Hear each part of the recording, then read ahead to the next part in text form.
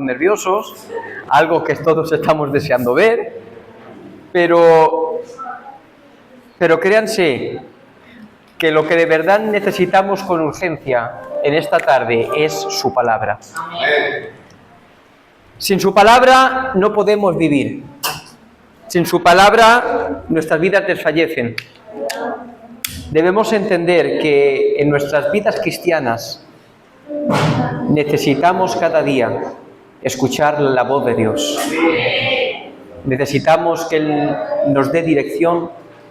Necesitamos que Él sea quien nos muestre su voluntad y quien nos enseñe a andar como debemos andar. ¿Cuántos quieren andar conforme a la voluntad de Dios? Amén. Bendito sea el nombre del Señor. Miren, voy a ir a un texto de la palabra, ¿vale? No hace falta que se levanten. Que se encuentra en el capítulo 16 de Mateo, versículos 13 y 20. Les soy sincero, es una predicación, un mensaje que cuando Dios lo puso en mi corazón, creo que, y no es porque lo prediqué yo, sino que lo van a comprobar después, creo que lo que voy a predicar en esta tarde es tan importante que créanse que estos días estaba incluso nervioso por predicar esta palabra. Leo la palabra en el nombre del Padre, del Hijo y del Espíritu Santo. Dice: cuando llegó a la región de Cesarea de Filipo, Jesús preguntaba a sus discípulos diciendo: ¿quién dicen los hombres que es el Hijo del Hombre? Y ellos dijeron: unos Juan el Bautista, otros Elías, otros Jeremías, uno de los profetas. Él les dice: ¿y vosotros? ¿Quién decís que soy yo? Respondiendo Simón Pedro dijo: tú eres el Cristo, el Hijo del Dios viviente. Respondió Jesús y le dijo: bienaventurado eres, Simón, hijo de Jonás, porque no te lo reveló carne ni sangre, sino mi Padre que está en los cielos. Yo también te digo que tú eres Pedro, y sobre esta roca edificaré mi iglesia, y las puertas del Hades no prevalecerán contra ella. Te daré las llaves del reino de los cielos, y todo lo que ates en la tierra habrá sido atado en los cielos, y todo lo que desates en la tierra habrá sido desatado en los cielos. Entonces ordenó a los discípulos que a nadie dijeran que Él es el Cristo. Amén a su santa y divina palabra. ¿Cuántos dan un aplauso a su palabra? Voy a pedir al pastor que él me presente en las manos del Señor. Bendito es tu nombre, Señor. Te damos gracias en esta tarde porque has preparado tu siervo, Señor. Y en él has depositado tu palabra hermosa y santa, la cual en esta tarde nuestras vidas necesitan, Señor. Te pido por tu siervo, Señor, para que tú le hagas fácil, Señor, el poder expresar a través de sus labios, Padre mío, la palabra que tú ya has puesto en su corazón, Señor. Facilítalo, Padre. Úngelo, Padre. Revístelo en esta tarde de tu gloria, de tu poder y de tu respaldo, Señor. Tómalo en tus manos y háblanos. En el nombre de Jesús. Amén. Bendito sea el nombre del Señor. Amén. Esta predicación que voy a predicar hoy le he puesto el título con la pregunta con la que te quiero confrontar. ¿Quién es Jesús? Esta pregunta creo que no solo debe confrontarte esta tarde, sino que es una pregunta que debe confrontar tu vida. ¿Por qué? Porque la respuesta que des a esa pregunta va a marcar tu vida. No solo en tu presente, sino sobre todo en tu futuro. Porque la respuesta que des a esa pregunta de quién es Jesús es la pregunta que va a determinar dónde pasas la eternidad. Miren, hay doctrinas que son importantes, porque toda la doctrina es importante, pero de creerlas o no, o de creerlas de una manera o de otra, no depende de nuestra salvación. Pero hay doctrinas que son fundamentales. ¿Qué significa eso? Que son el fundamento sobre el cual descansa nuestra fe cristiana. De esto el tío Domingo estoy seguro que lo sabe muy bien. En una casa, cuando se está construyendo, ¿qué pasa, tío Domingo, si quitamos un pilar de fundamento, que la casa se viene abajo. Pues, asimismo, si a nuestra fe cristiana le quitamos una doctrina fundamental, lo que va a pasar es que nuestra fe se va a venir abajo por completo y no podemos ser salvos. De hecho, en el texto que hemos leído, cuando Pedro hace esa confesión revelada a su mente por el Padre, ¿qué es lo que nuestro Señor Jesucristo dice? Tú eres Pedro, y sobre esa roca, sobre lo que tú acabas de decir, edificaré mi iglesia. La verdad fundamental de la divinidad de Cristo no es solo el fundamento de tu vida cristiana, sino que es el fundamento de la iglesia en general. Por lo tanto, en esta tarde, por medio de esta predicación, me gustaría hacer un pequeño recorrido por las Escrituras, para que sean ellas, porque si alguien nos tiene que hablar de Jesús es su misma palabra, para que sean las mismas Escrituras las que en esta tarde nos respondan a la pregunta: ¿quién es Jesús? ¿Cuántos dicen un fuerte gloria a Dios? Y antes de resolver la pregunta, quiero que hagamos un breve análisis del pasaje que hemos leído. Porque Jesús, antes de preguntar a sus discípulos por su opinión personal de quién es Él, les dice lo siguiente: ¿quién dice la gente que soy yo? Y la respuesta que los discípulos dan es, mira, pues unos dicen que eres Juan el Bautista que ha resucitado, otros dicen que eres Elías, otros dicen que eres Jeremías, o que eres uno de los profetas del Antiguo Testamento. En fin, todas estas respuestas que daban eran hombres de Dios, pero al fin y al cabo solo eso, eran hombres. Y hoy también sucede lo mismo. Si preguntamos a esta sociedad por su opinión de quién es Jesús, esta sociedad no va a ser capaz de ver más allá de un mero hombre. Esta sociedad lo que nos dirá es que Jesús fue un revolucionario, otros dirán que fue un pensador, algunos dirán un filósofo, y seguro que tampoco faltarán los que digan que fue un fanático. ¿Dónde quiero ir a parar con esto? En que nuestra opinión sobre quién es Jesús no puede estar fundada en lo que la gente dice que quién es Jesús. No puede estar fundada sobre lo que la sociedad dice que es Jesús, porque si no, nos desviaremos por completo de la verdad. Sobre todo cuando tendemos a hacer un Jesús a nuestra medida, que esto tendemos mucho a hacerlo. No sé, por ejemplo, queremos mostrar a un Jesús con tanto amor que acabamos haciendo un Jesús que lo permite todo, ¿no? Y decimos cosas, yo esto lo he escuchado muchísimo, Jesús no juzgó a esa mujer adúltera, tampoco te juzga a ti. Pero claro, pasamos por alto las palabras de Jesús donde le dice, ve y no peques más. ¿Por qué? Porque si esa mujer hubiera persistido en su pecado, por supuesto que habría llegado el día donde habría sido juzgada por él. Pensamos que Jesús es todo y solamente amor, pero un amor que roza el abuso por nuestra parte muchas veces. Porque Dios es amor de una forma infinita. ¿Cuántos creen que Dios es amor de una forma completamente infinita? Pero también es justicia, también es verdad, también es orden, también es santidad. Queremos muchas veces, y quiero que esto se entienda, un Jesús mutilado de sus atributos. Y pasamos por alto, por ejemplo, su ira, su justa ira. Y nos olvidamos que de Él es de quien dice en el capítulo 19 de Apocalipsis que de su boca sale una espada aguda para herir con ella a las naciones y que Él la regirá con vara de hierro. Muchas veces también hacemos un Jesús mendigo. Sí, un Jesús mendigo, un Jesús no, y estamos y decimos, Jesús está tocando la puerta de tu corazón deseando que tú abras. Jesús te está rogando que te arrepientas. Pero, hermanos míos, olvidamos que estamos hablando del soberano de todas las cosas. Que Él es el creador de todo. Que Él no mendiga nada. Que Él sin nosotros sigue siendo Dios. Pero que nosotros sin Él somos pecadores destinados al infierno.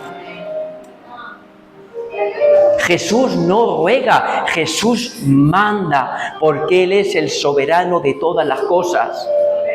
Por eso, hermanos míos, tenemos que dejar de hacernos nuestra propia imagen de Jesús e ir a las Escrituras. Tenemos que coger el Jesús de la palabra. Y sí, por supuesto, coge el Jesús que muere por tus pecados en la cruz del Calvario. Coge el Jesús que dice que te ama. Pero también el Jesús que confronta tu pecado.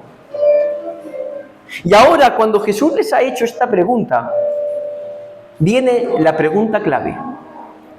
¿Y vosotros? ¿Quién decís que soy yo? Con esta pregunta Jesús no solo confronta a sus discípulos, sino que nos confronta a cada uno de nosotros. Quiero que te imagines por un segundo que Jesús en esta tarde está delante tuya diciéndote: ¿quién dices que soy yo? Porque Jesús te presenta la verdad sobre su persona y tú tienes que tomar una decisión.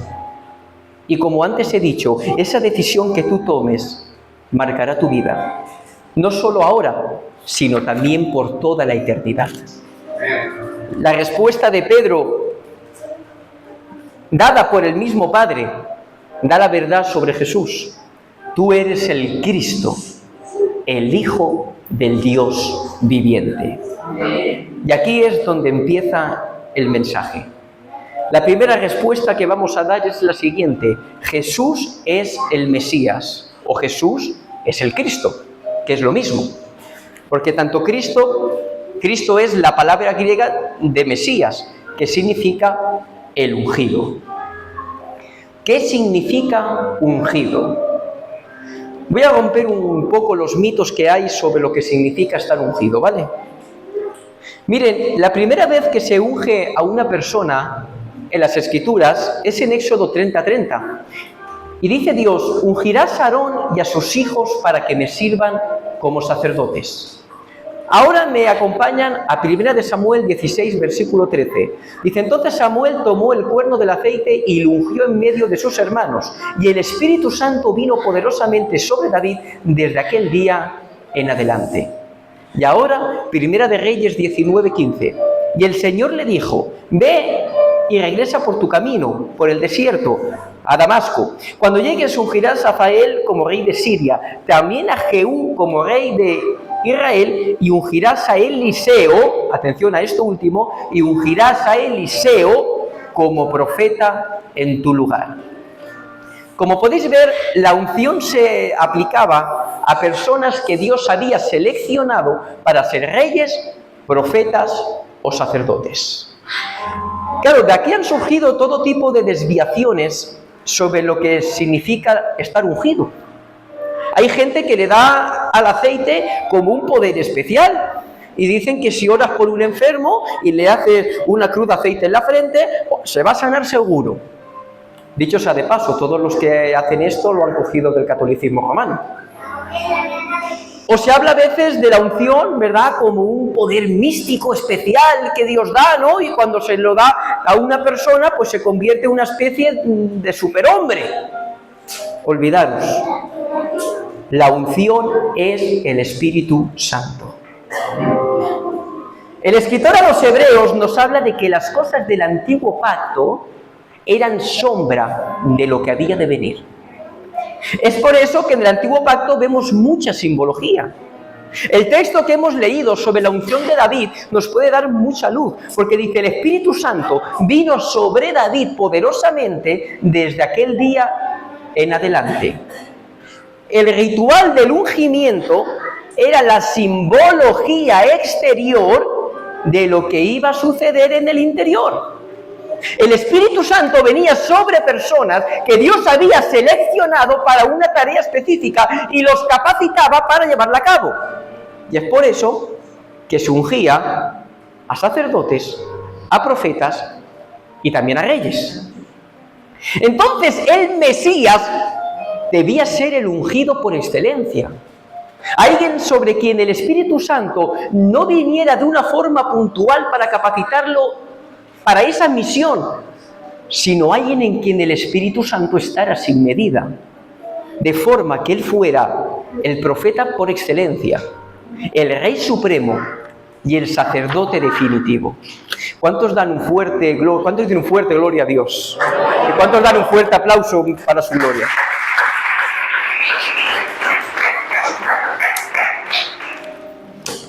Y es precisamente por eso que aproximadamente 1400 años antes del nacimiento de Jesús, Dios habla al profeta por excelencia del Antiguo Testamento, que es Moisés, y le dice que levantará un profeta como él, que hablará todo lo que le mande. Es por eso que en el Salmo 110 habla de uno que será sacerdote para siempre, pero no de cualquier orden. Dice, será sacerdote para siempre según el orden de Melquisedec. ¿Por qué? Porque dice la palabra que Leví estaba en los hombros de Abraham cuando éste dio los diezmos a Melquisedec. Y el sacerdote por excelencia, este sacerdote definitivo, no podía ser un sacerdote común de un orden menor, sino que tenía que ser de un orden mayor. Es también por eso que ahora ha llegado el ángel a María para anunciarle que ella es la escogida para dar a luz al Mesías. Y le dice lo siguiente: Él será muy grande y lo llamarán Hijo del Altísimo. El Señor Dios le dará el trono de David su padre y reinará sobre Israel para siempre y su reino no tendrá fin. Pero ahora ha llegado el cumplimiento de todo. Jesús ha empezado su ministerio, ha empezado a enseñar, pero atención, porque Él lo enseña de cualquier manera. Dice en el capítulo 8 de Juan, versículo 38, yo hablo lo que he visto de mi Padre. Los profetas del Antiguo Pacto hablaban lo que Dios quería revelarles o lo que Dios quería hablarles, pero este ungido por excelencia no. Este habla con conocimiento pleno, este habla con verdadero conocimiento de causa. ¿Por qué? Porque Él eternamente ha estado junto al Padre. Ahora dice también que los judíos han arrestado a Jesús y lo han llevado delante de Pilato con la siguiente acusación: se hace llamar Rey de los Judíos. Ahora está Jesús delante de Pilato y Pilato le pregunta: ¿eres tú Rey de los Judíos? ¿Y qué responde Jesús? Mi reino no es de este mundo. Y claro que no es de este mundo, porque los judíos esperaban un rey como David, pero el ungido por excelencia no podía ser un rey como los demás, porque Él es el Rey de Reyes, de quien dice en el capítulo 19 de Apocalipsis: entonces vi el cielo abierto, y aquí un caballo blanco, y el que lo montaba se llama Fiel y Verdadero, y con justicia juzga y pelea. Sus ojos eran como llama de fuego, y había en su cabeza muchas diademas, y tenía un nombre escrito que solo Él conoce. Estaba vestido de una ropa teñida de sangre, y su nombre es el Verbo de Dios. Dice la palabra: los ejércitos celestiales, vestidos de lino finísimo, blanco y limpio, le seguían en caballos blancos. De su boca sale una espada aguda para herir con ella las naciones, y Él la regirá con vara de hierro. Él pisa el lagar del vino del furor y de la ira del Dios Todopoderoso. Y en su vestidura y en su muslo tiene escrito este nombre: Rey de Reyes y Señor de Señores. Bendito sea el nombre del Señor. Pero además, el sumo sacerdote por excelencia, como antes he dicho, tampoco podía ser un sacerdote común. ¿Qué pasaba en el Antiguo Pacto? El sumo sacerdote entraba una vez al año dentro del lugar santísimo y rociaba la sangre de la víctima sobre el propiciatorio. De esa manera, la ira de Dios a causa del pecado del hombre se aplacaba. Sin embargo, el próximo año tenía que volver a entrar, porque el valor de la víctima era insuficiente y porque el mismo sumo sacerdote también necesitaba limpiarse, porque también era pecador. Pero dice el capítulo 9 de Hebreos: pero estando ya presente Cristo, sumo sacerdote de los bienes venideros, por el más amplio y más perfecto tabernáculo, no hecho de manos, es decir, no esta creación, y no por sangre de machos cabríos ni de becerros, sino por su propia sangre. Repito, por su propia sangre entró una vez y para siempre en el lugar santísimo, habiendo obtenido plena y eterna redención. En el Antiguo Pacto tenía que entrar año tras año, porque tanto la víctima como el sacerdote eran imperfectos y no alcanzaban al estándar que Dios pedía. Pero este sumo sacerdote, que además también es la víctima ofrecida, es perfecto, en Él no hay pecado, en Él no hay defecto. Su sacrificio es de valor ilimitado. Por eso, entrando una vez y para siempre, Él nos ha dado vida eterna. Bendito sea el nombre del Señor. Él es el Cristo. Él es el ungido por excelencia. Él es el que profetiza toda la verdad, porque Él es la verdad. Él es el que reina para siempre, porque Él es Rey de reyes y Señor de señores. Y Él es nuestro perfecto sumo sacerdote, porque Él ha quitado nuestro pecado. Glorificado sea su nombre. ¿Cuántos dan un fuerte aplauso para su gloria?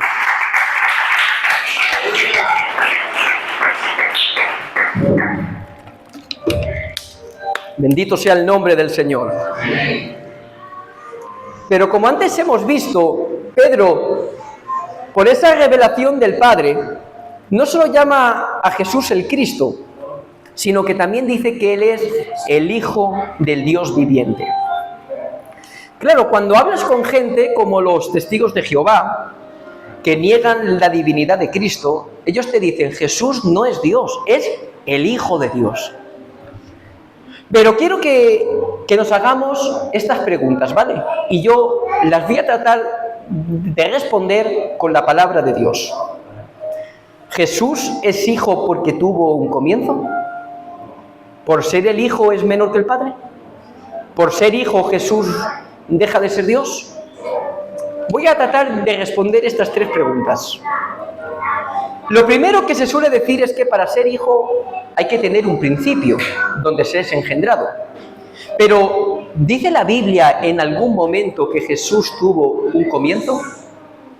Miren, en el capítulo 5 del libro del profeta Miqueas, versículo 2, que es una de las profecías sobre ese futuro Mesías, nos habla del lugar específico del nacimiento de este Mesías, pero también nos da una característica sobre sus atributos. Dice, Belén Efrata, pequeña para ser contada entre las familias de Judá, de ti me saldrá el que será caudillo en Israel. Y atención a esto, dice, el cual sus salidas son desde el principio, desde los días de la eternidad. Repita conmigo, eternidad. Ya hemos visto que Jesús es ese Mesías de una forma clara, ¿verdad? La Biblia nos dice que ese Mesías es eterno. Y si hay quien es eterno, es porque no ha tenido un principio. Además, para tener un principio, se necesita estar dentro del tiempo. Miren, yo nací el 25 de septiembre de 1998. Yo antes de esa fecha no existía. No tenía un principio. Tuve un principio porque hubo un momento en el tiempo donde yo nací. El tiempo es una creación de Dios. En Génesis 1:1, ¿qué es lo que dice? En el principio Dios creó los cielos y la tierra. Y en Juan 1:3 dice sobre Cristo, todas las cosas fueron hechas por medio de Él, y sin Él nada de lo que ha sido hecho fue hecho. Todo fue creado por Cristo. Y si todo fue creado por Cristo y el tiempo es una creación suya, Cristo no puede estar sujeto al tiempo. Por tanto, no tuvo un comienzo. Cristo es eterno. Luego debemos entender, y esto todos lo decimos, que el Padre es eterno, ¿verdad? Cuando nosotros oramos, ¿qué es lo que siempre decimos? ¿Padre qué? Padre eterno, ¿no? Y lo dice la Biblia en el libro del profeta Isaías. Padre eterno. ¿Por qué? Porque ha sido Padre eternamente. Yo llevo de padre, y esto quiero que se entienda, yo llevo de padre los mismos años que tiene mi hija. ¿Por qué? Porque antes que mi hija naciera, yo no era padre. Mi hija tiene 7 años, que los cumplió el jueves. Pues yo llevo 7 años de padre. Luego, si Dios ha sido Padre eternamente, ¿por qué es? Porque el Hijo también es eterno. Si el Hijo no fuera eterno, el Padre no podría ser Padre eterno. Pero puesto que el Hijo es eterno, el Padre también es eterno. Bendito sea el nombre del Señor. Sé que esto es un poco lioso y por eso trato de explicarlo de una forma bastante lenta, ¿de acuerdo? Luego, vemos que Jesús, aunque sea el Hijo, es eterno. Segunda pregunta, ¿por ser el Hijo, Jesús es menor que el Padre? Dice en Juan 1:1, en el principio era el Verbo era con Dios y el Verbo era Dios. El texto original, o los manuscritos más antiguos que tenemos, no dicen lo que dicen los testigos de Jehová, que ellos han malversado su Biblia y han puesto era un Dios. No, el texto dice que era Dios, con todas las letras. Porque Cristo es Dios sobre todas las cosas. En Filipenses 2:6 dice que existiendo en forma de Dios, no estimó el ser igual a Dios como cosa que aferrarse, sino que se despojó a sí mismo tomando forma de siervo. Y el que más me gusta de todos, capítulo 2 de Colosenses, versículo 9, dice de una forma clara y contundente que en él habita corporalmente toda la plenitud de la deidad. Miren, la palabra griega aquí para plenitud es pleroma. ¿Sabes qué significa pleroma? Lleno hasta los topes. Significa que Cristo no podía ser más Dios de lo que era, porque Él era completamente Dios. O sea, el apóstol Pablo, inspirado por el mismo Espíritu Santo, dice que Cristo es Dios sobre todas las cosas. Cristo es igual al Padre y al Espíritu Santo en gloria, poder y dignidad. Segunda pregunta respondida. El Hijo es eterno y el Hijo es igual al Padre. Luego, si como digo Él es eterno y es igual al Padre, yo creo que la tercera pregunta se responde completamente sola. Pero voy a dar un poco más de Biblia. ¿Te parece bien? ¿Te parece bien? En Juan 1:48 le dice a Natanael, antes que Felipe te llamara, cuando estabas debajo de la higuera, yo ya te vi. ¿Por qué? Porque Él es omnipresente. En el capítulo 4 de Marcos, le manda el viento y al mar que enmudezcan, y estos al instante obedecen. ¿Por qué? Porque Él es omnipotente. En el capítulo 9 de Mateo, versículo 4, dice que Él conocía los pensamientos de todos. ¿Por qué? Porque Él es omnisciente. En el capítulo 8 de Juan, versículo 58, dice, antes que Abraham fuese, yo soy. ¿Por qué? Porque Él es eterno y inmutable. ¿Que quién es Jesús? Jesús es el Rey de Reyes. Jesús es el Señor de Señores. Jesús es el Hijo de Dios. Jesús es Dios sobre todas las cosas. ¿Cuántos dan un fuerte aplauso para su gloria?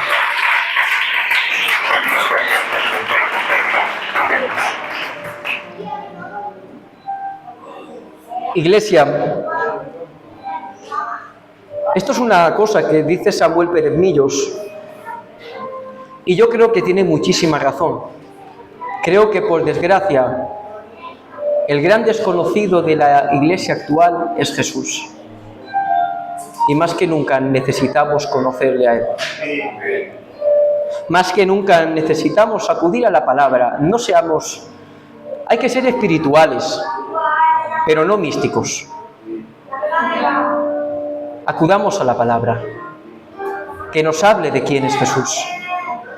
Y sabes, cuando verdaderamente conozcas quién es Jesús, es cuando verdaderamente aprenderás a relacionarte con Él. Cuando la palabra te muestra que Él es el Rey de Reyes, que Él es el Señor de Señores, que Él es Dios sobre todas las cosas, pero que siendo el soberano de todas las cosas, Él hubo un día que tomó una naturaleza humana y vino a morir por tus pecados. Cuando comprendemos esa verdad tan grande, esa verdad tan absoluta sobre la que descansa nuestra fe, solo podemos caer de rodillas delante de Él y postrarnos en una adoración continua. Esa es la verdad fundamental sobre la que se tiene que levantar nuestra vida cristiana. Cristo es Dios. Lo repito, Cristo es Dios. Y que Dios reprenda toda falsa doctrina y toda herejía que trate de negarlo. Y bendito sea su nombre. Lo que tenía de Dios les he compartido y espero haberles hecho bien